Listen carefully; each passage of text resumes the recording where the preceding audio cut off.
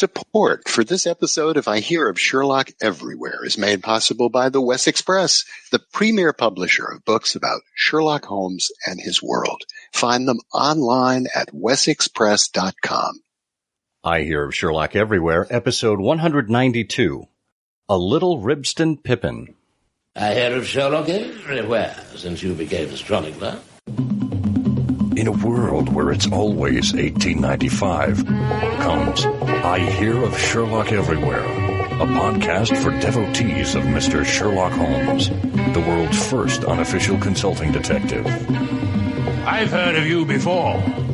You're Holmes the meddler, Holmes the busybody, Holmes the Scotland Yard Jack in office.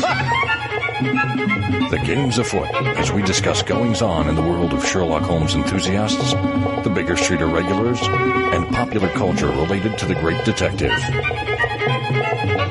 As we go to press, sensational developments have been reported.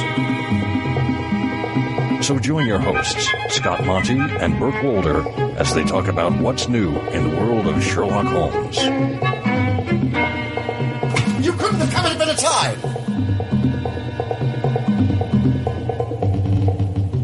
Hello and welcome once again to I Hear of Sherlock Everywhere, the first podcast for Sherlock Holmes devotees where it's always 1895. I'm Scott Monty. I'm Burt Wolder. And Burt, have you been eating your fruits and vegetables lately? I have been consuming them with great abandon and also picking the little bits of peel out from between my teeth. In fact, I have a video about that. Would you like to see it? I'll vote no on that one. That's best described in audio, I think. Oh, all right. We'll leave it there. Well, we will get into our fruits and vegetables and other healthy things in just a moment. Just a reminder that this show is available at ihose.co/ihose192, all lowercase. That will direct you to the I Hear of Sherlock Everywhere website, where you can leave us a comment. You can browse through the show notes and tell us what you thought about this episode. We encourage your feedback, and if you don't want to leave a comment there, you can always email us at comment@ihearofsherlock.com. You can call us at 774-221-READ. That's 774-221-7323. Or, hey, try this. If you've got your phone with you, record a voice memo on your phone, and then attach that MP3 to an email, and email us your audio comment. We'd love to play your audio comment on the air. And of course, we are I Hear of Sherlock on all of the social networks.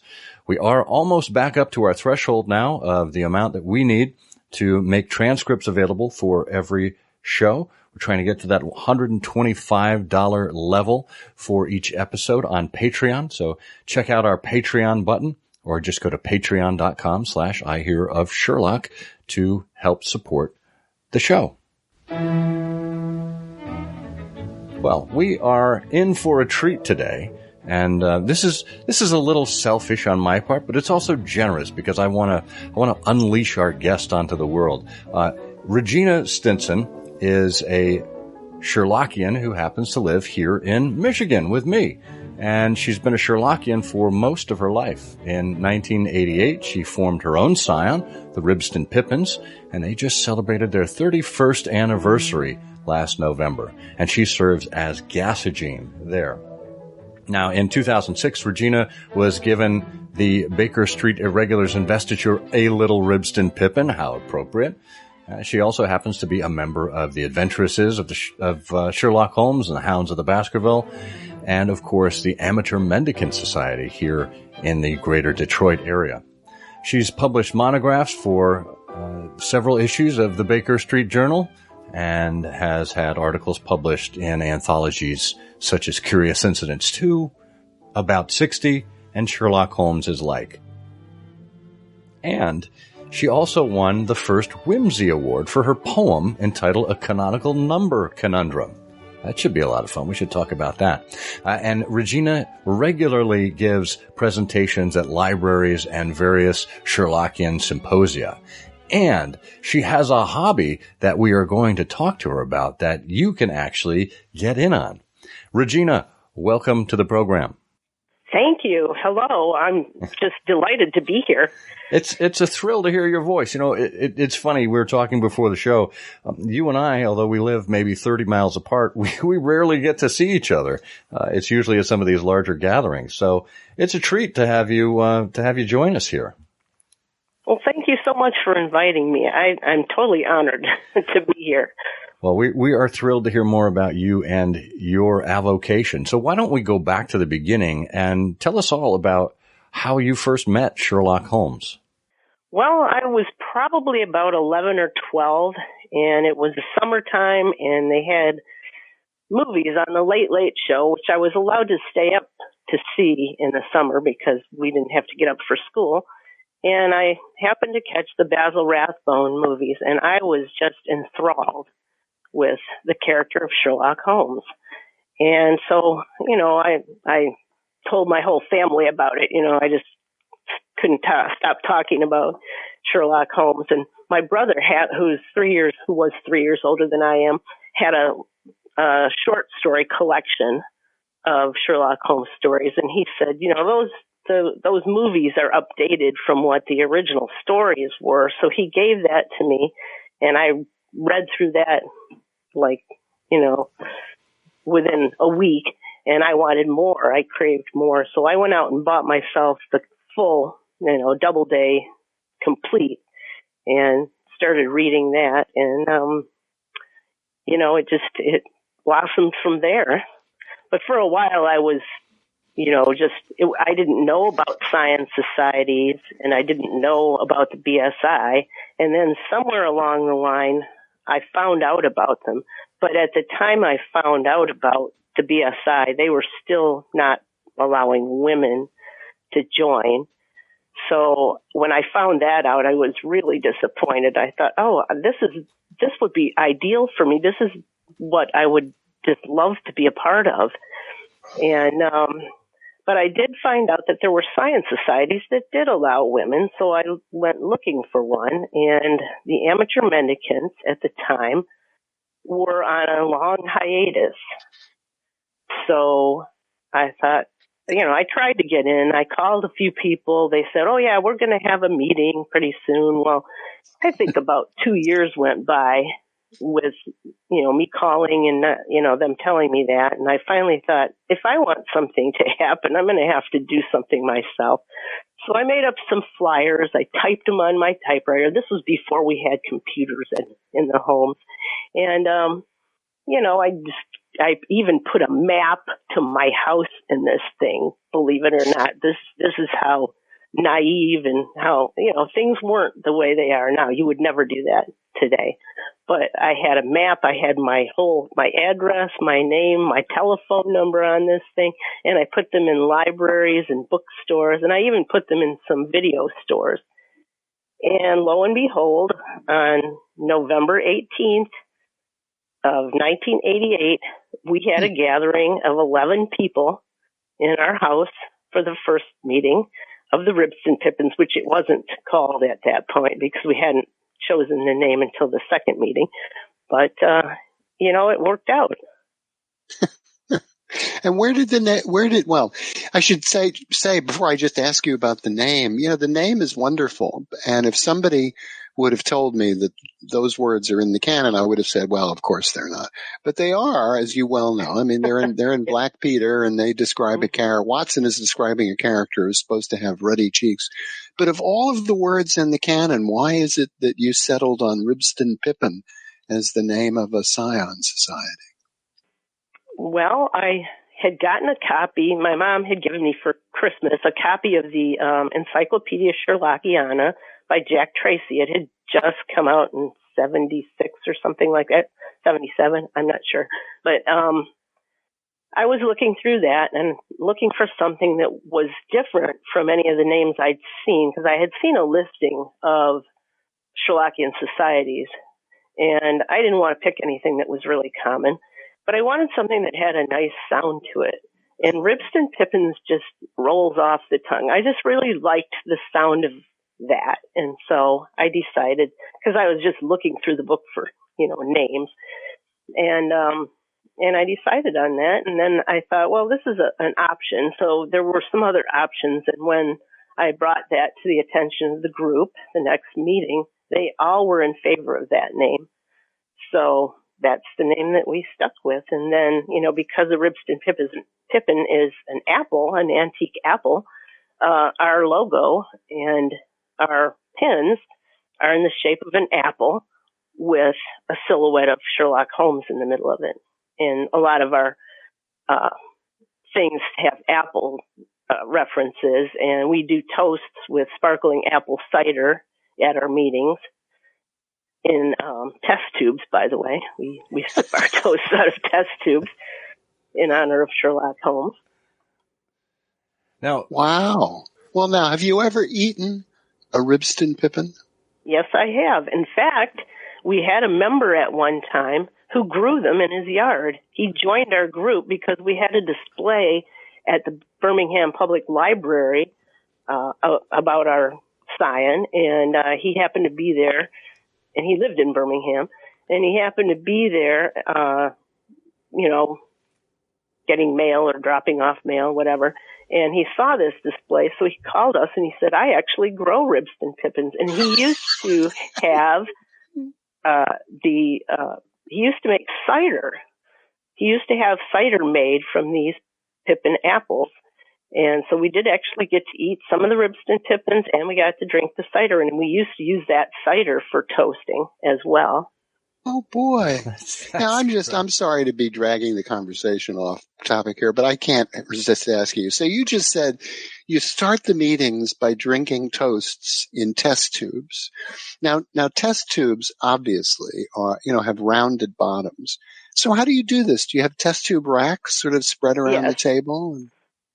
Well, we actually close the meetings with our toasts. Oh, that's good. A dessert toast. We actually have people compose toasts to the characters in the story, and then we do a round robin of toasts. And we do have the test tubes in some racks, and we pour out the sparkling cider just before we do the toasting, and we pass them out to everybody, so they have to hold their test tube during the whole toasting. And sometimes we have to refill the test tubes because they don't hold very much. But yeah, it's fun. Everybody enjoys that. Now, who gets the job of having to take the test tubes home and wash them? I do. Oh, that's wonderful. If I ever actually make it to a meeting, Regina, and I've threatened to many times, I may show up with an Erlenmeyer flask just to be able to hold a little more. Well, you're welcome to do that. So how often do the Ribston-Pippins meet? And where do you usually hold your festivities? Well, we currently meet every other month, or we had been up until the pandemic. And currently we're meeting at the Royal Oak Historical Society Museum, which is right here in the city of Royal Oak. And it's an old firehouse that was repurposed for the Historical Society. And it's really a really neat place because they have all kinds of old relics and artifacts from Royal Oak. And every so often they change the exhibit. They have a special exhibit.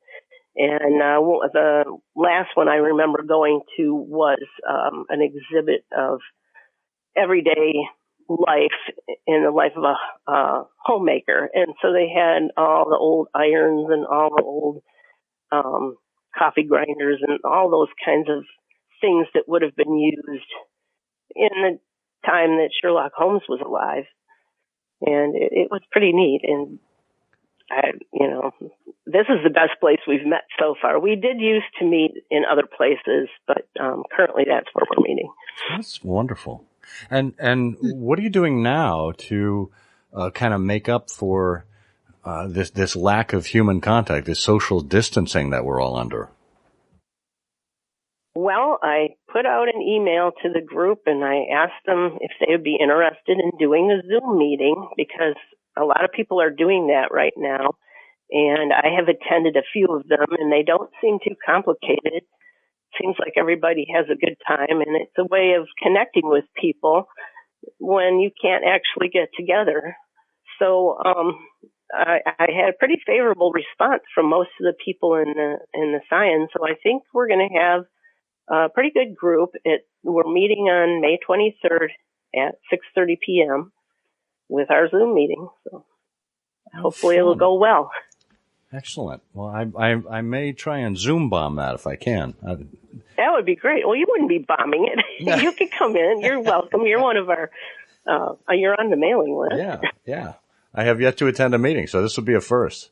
That would be great. We'll see how we can work. Love to have you. It'll be fun. And are other people welcome if they wanna sign up for this? Yeah, I think so. We can take up to 100 people. I don't think that we're going to get that many, but I don't even think we'll get 20. But yeah, anybody's welcome. Excellent. And they'll have to bring their own test tubes this time around, I'm sure. Yes, you'll have to bring your own test tubes. Sorry about that. Well, we'll put Regina's email in the show notes if you'd like to get in touch with her. That might be fun. There are a lot of Sherlockian organizations right now that are making do with the technologies at hand and trying to make up for this lack of in-person meetings. I know a lot of the springtime meetings have been canceled or in some cases postponed. So it'll be interesting to see how other folks kind of address that as well. So, Regina, I've seen you present a few times at Sherlockian meetings, as I noted in the intro. What do you usually talk about in your presentations? Well, one of my favorite subjects is the films of Sherlock Holmes. I've watched as many as I can get my hands on, and I have copies of most of the films that were made. So that's one of my favorite topics. But I've talked on other things too. I've had a couple of things based on things I found in the stories, such as brain fever, and I've talked about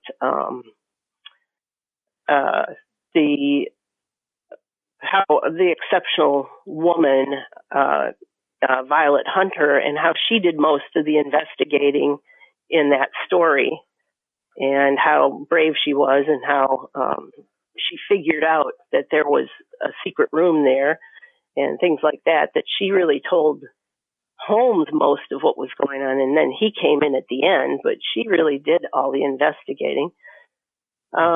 This is in the Copper Beeches, right? Yes, the Copper Beeches, that's right.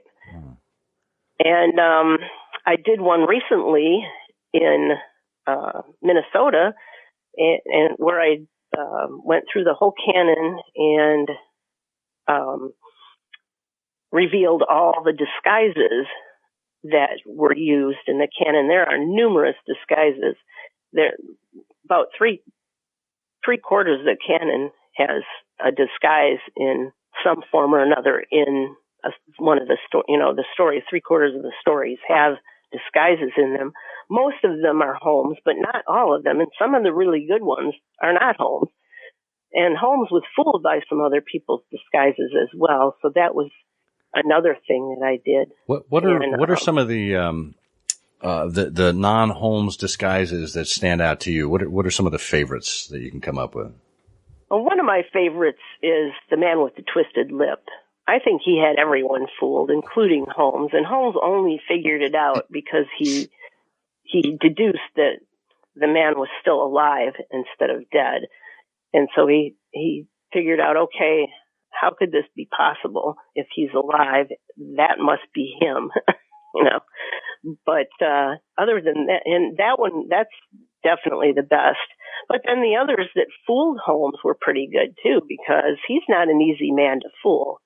He would be, someone who would be able to see through most disguises. But one of my favorites that I put into my speech was the French document that was disguised as a curried dish for breakfast or something that Holmes made Percy Phelps, right? Phelps, right. Percy Phelps opened that dish and discovered that.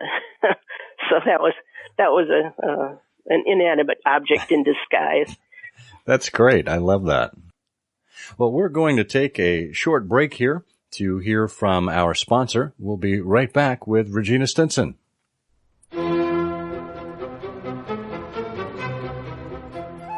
In the ancient Anglo-Saxon kingdom of Wessex, our village elders have been wearing masks for years, but that's only because of 8th century dental hygiene.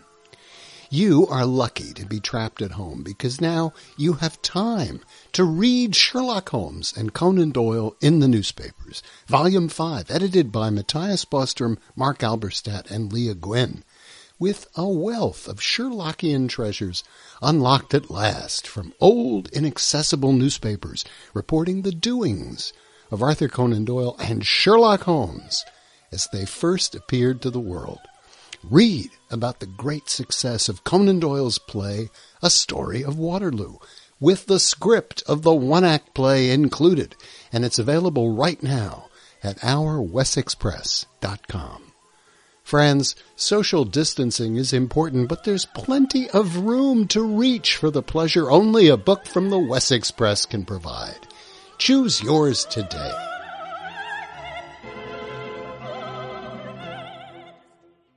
We are back talking with Regina Stinson of the Ribston-Pippins. Regina, we talked a little bit about the origins of the group. You mentioned it was in 1988, November of 1988, and you got your start with an entertainment version of Holmes with the Basil Rathbone film. But in 1988, this was kind of at the height of the Granada series. Were you watching the Jeremy Brett series at all at that time? Oh, yes. We were watching, our whole Scion was watching the Jeremy Brett movies, and we talked about those quite a bit then. I think we showed some of those movies at our meetings, too. Oh, perfect. Given, these two icons, Basil Rathbone and Jeremy Brett, both had a major impact on Sherlock Holmes on the screen. And somehow, even though the Brett series was pretty faithful to the canon, it's really hard to emotionally disconnect yourself from your first. In my experience, usually that first version that we see of Holmes up on the screen, that's the one that sticks with us.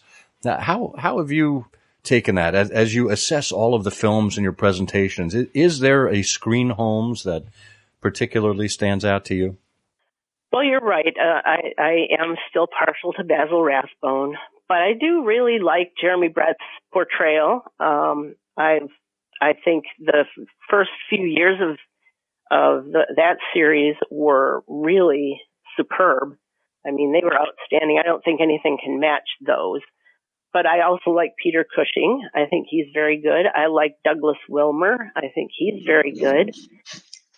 Trying to think of anybody else that stands out. I think for his time, Arthur Wantner was good, but the movies are old and kind of creaky, so they're a little bit hard to watch. But he was good. I don't think he had the voice, though. I like Rathbone's voice better, and Brett's. That's a good assessment. All of the rest of them. I think he had Wantner's voice was kind of weak, but otherwise I thought he was a good actor. What did you think of Robert Stephens in Private Life? Yeah, he was good too. I'm not sure how he was trying to play the character, though. He kind of seemed a little effeminate to me. Other than that, I mean, it was a fun romp to watch that show. It was one you couldn't take seriously, though. Yeah. Well, I think that's a good assessment. Well, I think, that part of the characterization was probably intentional. Billy Wilder. Mm-hmm. Well, these people, the reason why I think these actors, these performances, and I have a very similar view to yours. In fact, every year or two, I just sit down over a couple of days and look at all the Rathbone films in order all over again. And I just really enjoy that. It's like rereading books. Every couple of years I reread a couple of books that are really special and things.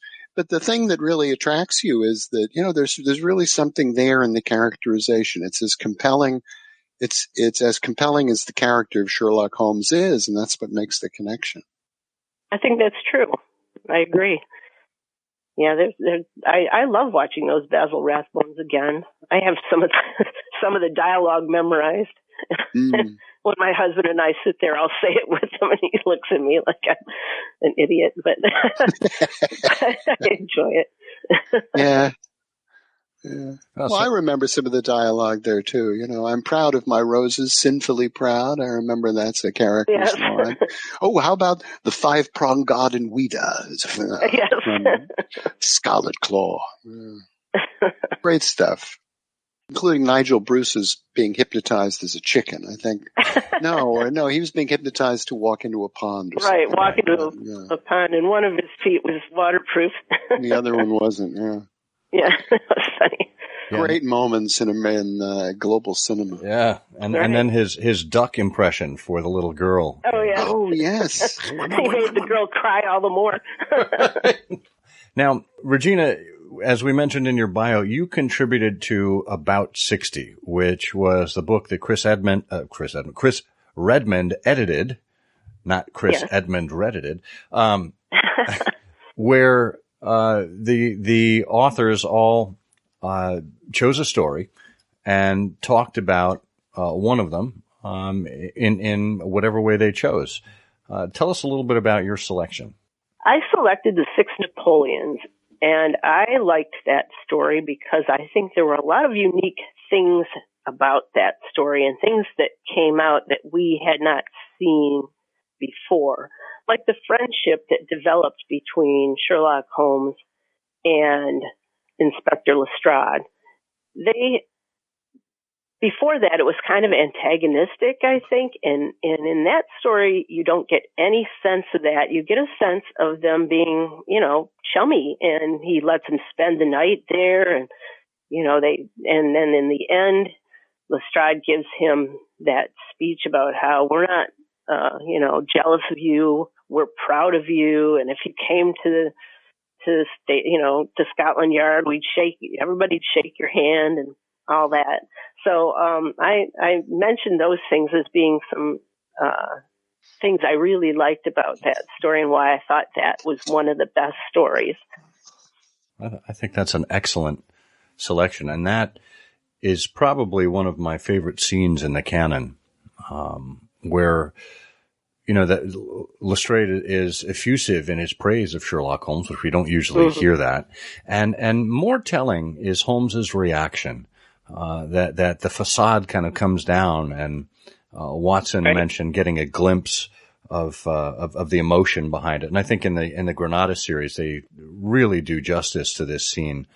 And then in an instant, it's, back to work, the the emotion is shut off and Holmes is all business again. Well, Mr. Holmes,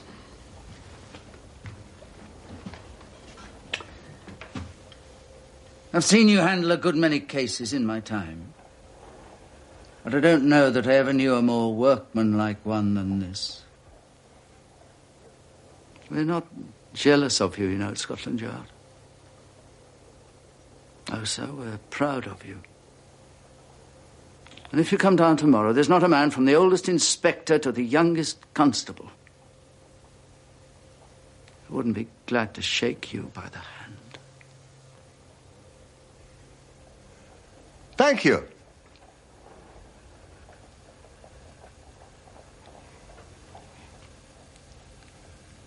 Thank you.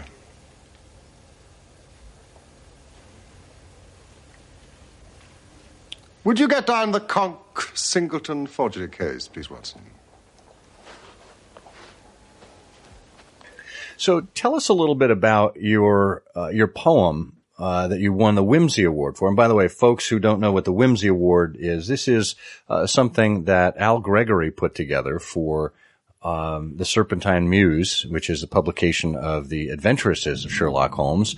And the Whimsy Award is given in honor of his late wife, Jan Stauber, who was the first recipient of the Beacon Award from the Beacon Society. And she really enjoyed humor. And so Al gives an award to the best humorous contribution to the Muse every year. And your poem was titled A Canonical Number Conundrum. So 2 questions. What was it about? And do you have it handy that you can share it with us? It was about the number of times a particular number came up in the canon, and that number ended up to be 7. But I didn't tell that until the very end of the poem, and I'm sorry, but I don't have a copy of it handy. Well, I do have my certificate, so I can tell you the date. That was in 2006.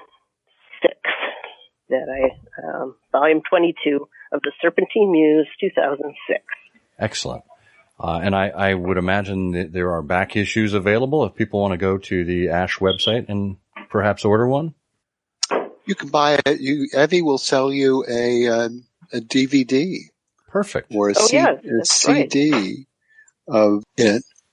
Well, we'll have a link in the show notes to that DVD that you can purchase from ASH with the collected editions of the Serpentine Muse. That would be a wonderful addition to any Sherlockians library, because there is some wonderful scholarship that you can unlock with that DVD. Well, I do have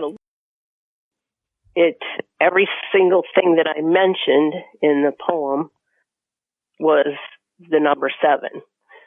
So there were 7 of this or 7 of that, or, Holmes had 7 possible things. I think in the Cover Beaches was one of them where he had 7 possible solutions in his mind. And then there was another one where he was going to find out where a telegram had been sent, and he had 7 possible ways of getting that information. And there were just a whole bunch of things, but they were all led up to the number 7.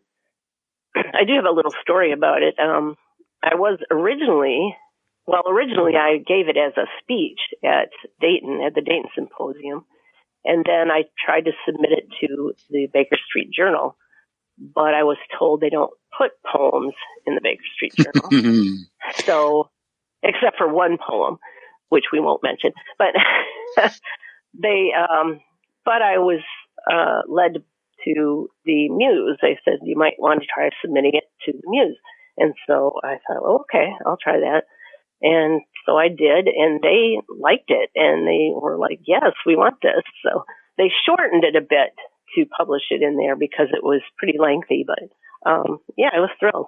And then I was totally surprised that I won that award, because I really didn't think, it was that great or anything, but then, and I rarely, in fact, I've never really gone to the Gillette luncheon, except for that one time, and I wasn't planning on going, but Susan Rice insisted that I go for some reason, and it was the year after I had gotten my BSI, so she used that as an excuse, like, oh, yeah, you have to go because we're going to celebrate your new investiture and all this other stuff, and I was just like, okay.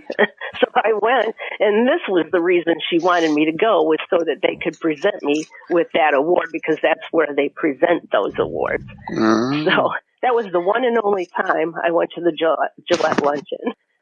Well, I've found it thanks to information retrieval. And it's really lovely, and I'll read it. It's called A Canonical Number Conundrum. Unaccustomed as I am to writing of poems, it tickled my fancy this time to honor the great Mr. Sherlock Holmes by playing the game in rhyme. It's a number game, you'll realize, with a rhythmical, whimsical bent, and I hope an enjoyable exercise as the clues I begin to present. Of the various numbers the canon contains, one number stands out in my mind. Remove the impossible. Whatever remains, well, the rest of the line. As Sherlock would say in his masterly voice, you know my methods, apply them. Focus on details, make the right choice. The rest of this poem will supply them. It's the minutes remaining upon the old clock at Victoria Station that day. The number of spatters of mud on her frock that gave Stoner's dog cart away. Old Franklin had lawsuits, the number of which were the same as the number of guys Bertie Edwards amazed when he finished his switch, and the number of Drebber's young wives. The years Rhonda lived at Miss Merilow's house and wouldn't reveal her face. The years Mr. Rucastle spent with his spouse at their Copper Beaches place. Sherlock had this many different schemes for viewing a telegram. Stuffed in his pocket, or so it seems, Cadogan had this many plans. The foolscap sheets Jabez took to write numbered as many as these. His carelessness led to his oversight. He should have examined Clay's knees. At Briarbrae Hall, it's the number of rooms. Mr. Shafter charged this much in rent. It's the depth of the pit that formed Brunton's tomb. It's the cocaine solution percent. It's the number plus 10 of steps going aloft to their sitting room, cozy and warm. It's the number of years between Holmes and Mycroft, his brother of corpulent form. Surely by now you've made a guess, though it's a shocking habit truly. What number appears to you out of this mess? You've had ample clues unduly. If you think it's number 9, you blunder. Neither 6 nor 8 nor 10. If you haven't got it yet, I wonder if you're really a Sherlockian. I'll tell you this, it's not 11, nor 5, nor 4, nor 2. Of course you've got it. Number 7. My dear stalkers, off to you. That's well done. Thank you. Isn't that great? Yeah, and it's in the summer 2006 Serpentine Muse, Volume 22, Number 3. Excellent. Well, thank you for doing that, Bert. I'm glad we found it. It's an amazing... It's one unique ability of my being able to actually find something. Well, let's go from poetry to another form of art, and that is handmade jewelry. Regina, you want to tell us about your connection with the jewelry industry and what drove you into it as far as a Sherlockian perspective goes? Well, my dear friend Jacqueline Morris had started the Scintillation of Science, and she had done it for a few years at this point, and she had just gotten her BSI investiture, and she was looking for people to donate something for the auction for her event. And I thought about doing Sherlock Holmes charm bracelet. I had been kind of thinking about that anyway before then, but I thought that's something I could do because I had to travel to get there and I had to take a plane. I didn't want to lug anything big along with me, so I thought, well, something small and a bracelet would be perfect. So I started working on that, looked for charms, and the charm that I could find that were Sherlockian or kind of related to that, I found, but there were some things that were really impossible to find. I could not find any Persian slippers, for example, and I could not find any deer stalkers. So I thought, well, maybe I can make these. So I thought about it for a while, and I realized that, I had used this polymer clay before, and I knew that you could form it into any shape you wanted. You could add a wire to it. You could do anything you want, and you bake it, and it hardens.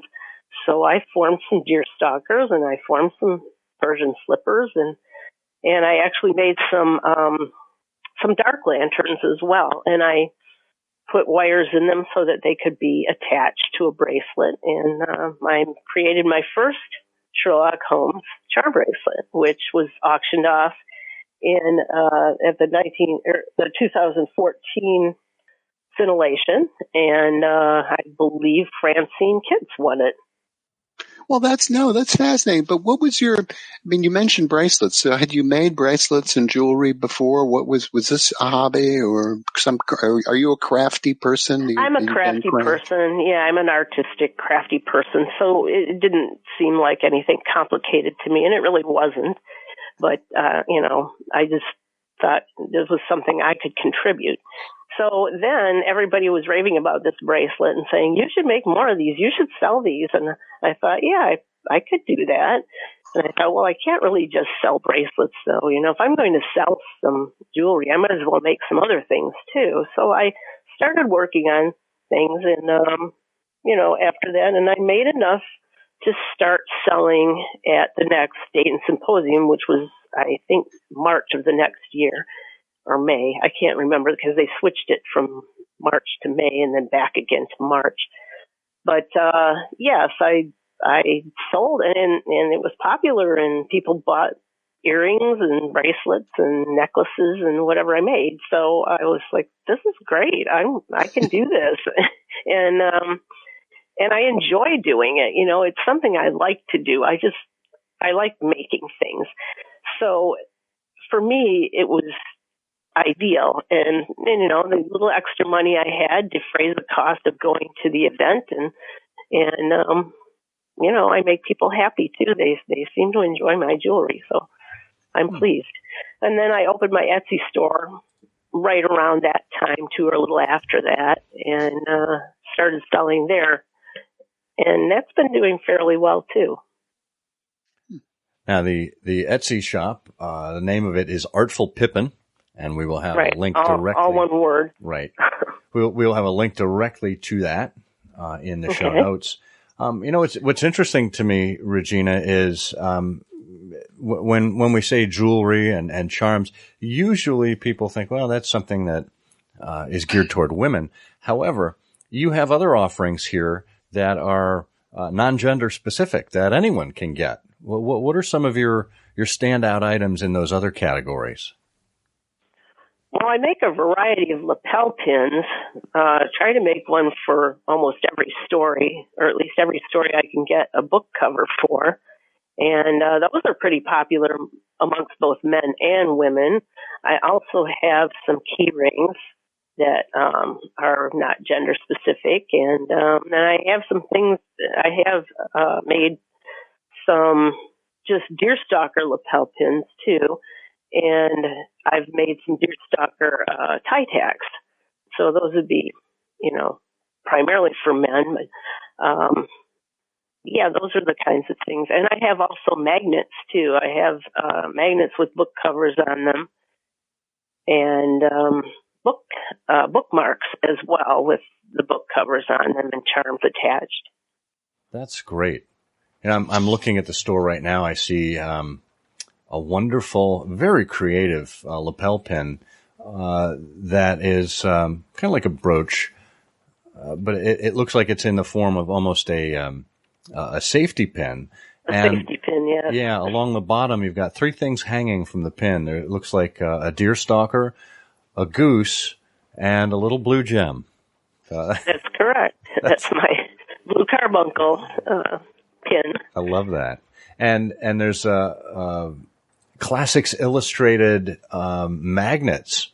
Those wonderful Classics Illustrated comics from the 1950s. Where you've got the Adventures of Sherlock Holmes and A Study in Scarlet, those wonderful, colorful, iconic covers, that there are a couple of magnets there that are available. So this is wonderful. It's just so much. There's original art, where you've created magnifying glasses and deerstalkers and whatnot, and then there's of course these magazine and book covers that stand out as well.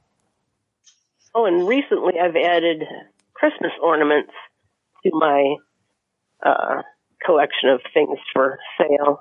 They are on wood, like a rectangular type wood thing that's kind of embellished on the corners. And then I adhere a magazine cover, a Strand magazine or the Beaton's Christmas Annual.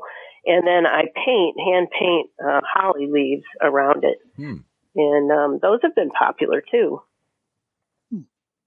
What about the manufacturing processes for some of these things, that need to be created? Have you found that those have changed much over the time you've been doing this, or, Oh, yeah. Well, it gets easier because you get to, you know what works and what doesn't and how much dough you need for a particular thing and that. But sometimes, the dough tends to be like some colors will be stiff and crumbly, and others will be real soft and pliable. So there's that issue to work with, and it makes it a little difficult sometimes to do what you want to do with some of it. But yeah, once you get the hang of it, it's pretty easy, I guess, for me. I mean, but then, like I said, this is a talent I have, so it comes easily. Well, and how long does it take you to put together any given item? I guess it depends on what the item is and how many steps are involved.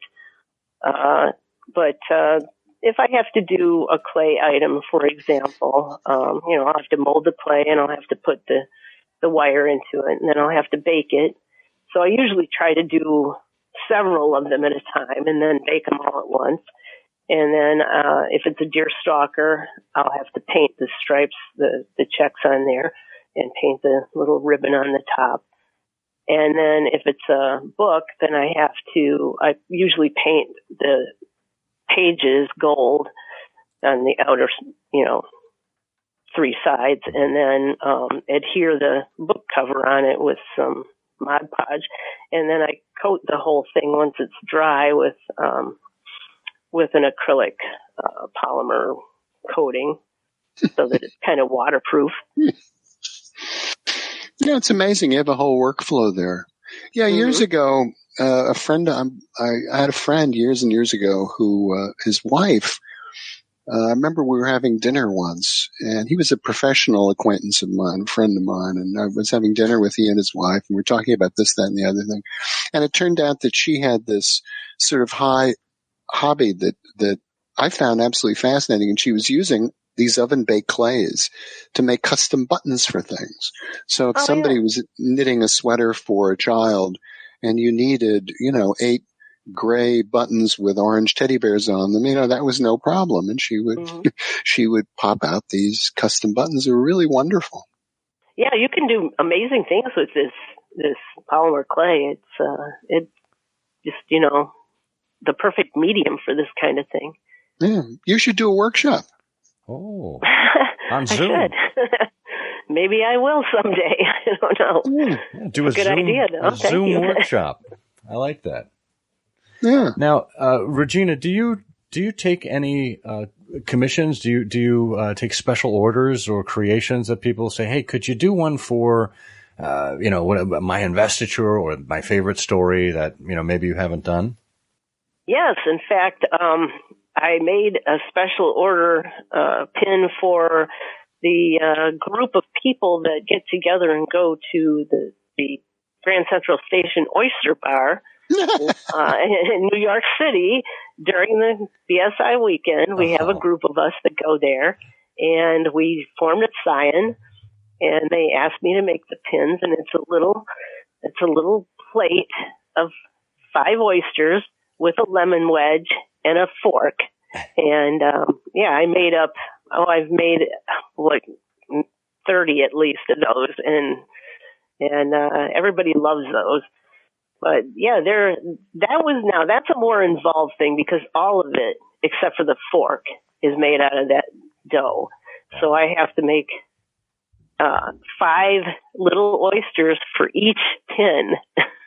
And the lemons and so forth for each of those. So yeah, that was quite an undertaking, but they turned out really cool, and everybody really likes them. I was also commissioned recently to make a charm bracelet by a fellow on Facebook who's a Sherlockian and a collector of things, to have all these book covers on it he wanted all 9 of the collections of the Holmes stories. He wanted the 4 novels and then the 5 other books, the adventures, the memoirs, and so forth. And he emailed me the covers that he wanted me to adhere to the books. And so I said, sure, I can do this. So it took me probably, I'm going to say, about a week to get it all completed, but it turned out really nice. He put pictures of it on Facebook, and I'm kind of proud of that. But I have that one. Actually, that one's up on the Etsy site too, although no one else has purchased it except for him. So, but that one's the most expensive thing that I've put up there, and that's probably why I haven't gotten any other orders for it. But it's a lot of work too. Yeah, so that's impressive. So that is the looking at it here, the Sherlock Holmes Complete Book Collection beaded charm bracelet.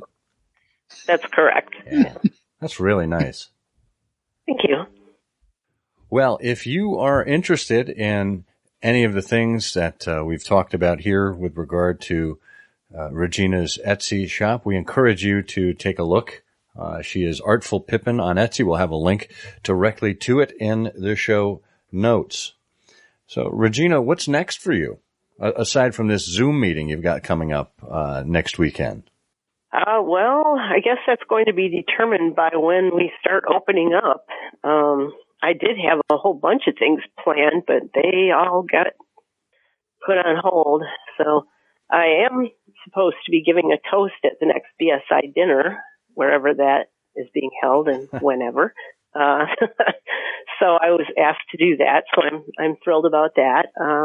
So I'm going to be working on that. And I submitted a couple of papers to the Baker Street Journal, which I hope at least one will get published. But, yeah, other than that, just trying to hang in here and hope for the best. Excellent. Well, thank you so much for taking time out of our busy quarantine schedule, you know. Well, thank you so much for inviting me. I'm really thrilled with it. This is great. Absolutely. Well, make sure you check out Regina's Etsy shop and get in touch if you would like to see what's going on with the Ribston-Pippin Zoom call, and maybe get on Regina's mailing list if you happen to be in the greater Detroit area. Regina, thanks for being here. Thank you. Goodbye, Bert, and goodbye, Scott. Thank you so much for inviting me.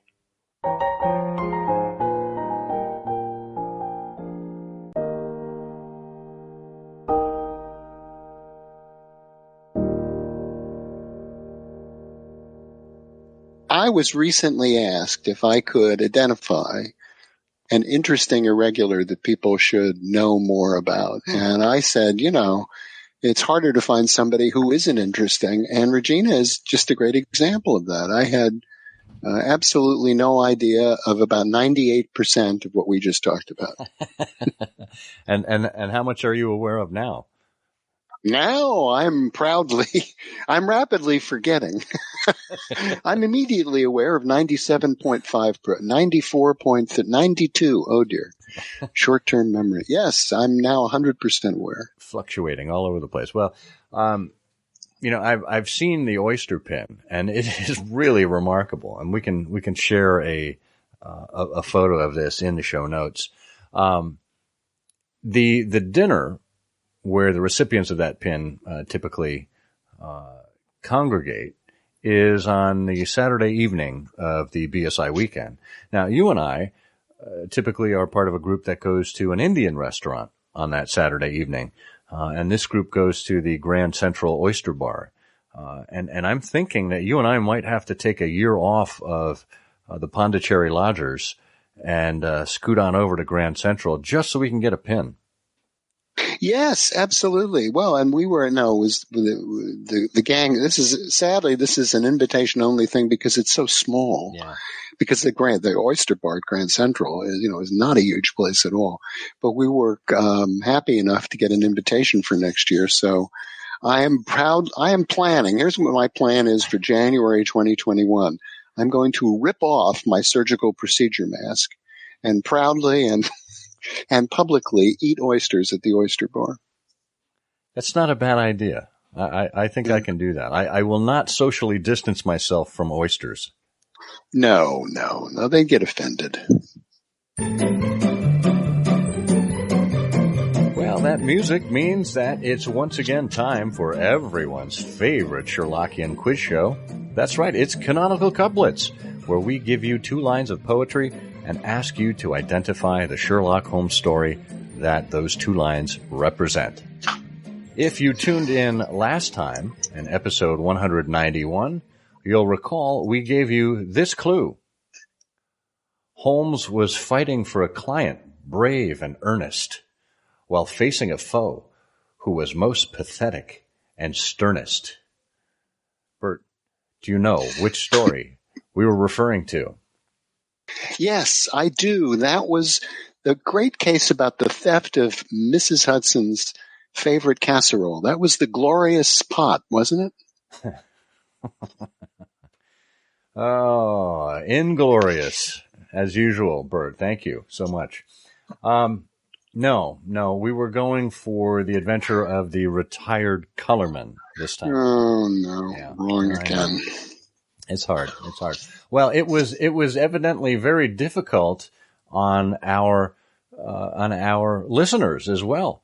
There were a limited number of people who tried their hand at it, and there were only a couple who got it right.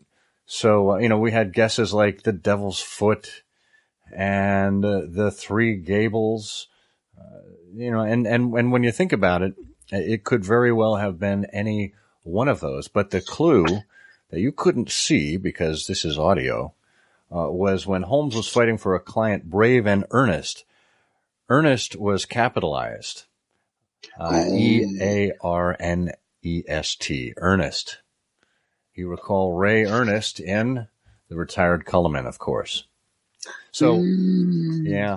So we're going to pull out the big prize wheel and give it a spin here. And, we only have, I think, a handful of numbers to choose from. So it looks like it stops on number two. And that is our friend Mark Jones. Hey, Mark, congratulations. We will send you a copy of Sherlockian Musings from Sheldon Goldfarb as your prize. Thanks so much. And now, this time around, we bring you the following clue.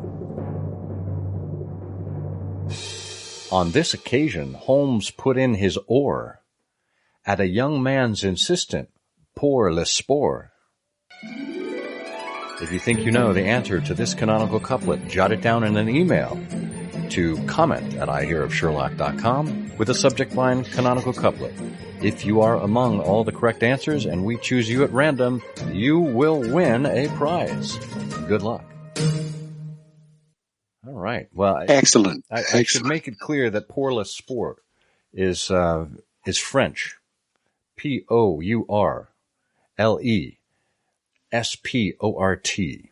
That may help people in figuring this out. Well, until we come back here next time with a couple of guests. Yes, that's right. It'll be a twofer next time. We bid you a very safe and productive time. And I remain the safe Scott Monty. And I am the socially distant Bert Boulder. Oh, but you feel like you're held close in my heart. Either way, Bert. Oh, only because I'm washing my hands every 5 minutes. And hopefully you're washing your feet too, because this is the time when we tell you the game's afoot. The game's afoot. I'm afraid that in the pleasure of this conversation, I am neglecting business of importance, which awaits me elsewhere. Thank you for listening. Please be sure to join us again for the next episode of I Hear of Sherlock Everywhere, the first podcast dedicated to Sherlock Holmes. Goodbye, and good luck, and believe me to be, my dear fellow, very sincerely yours, Sherlock Holmes.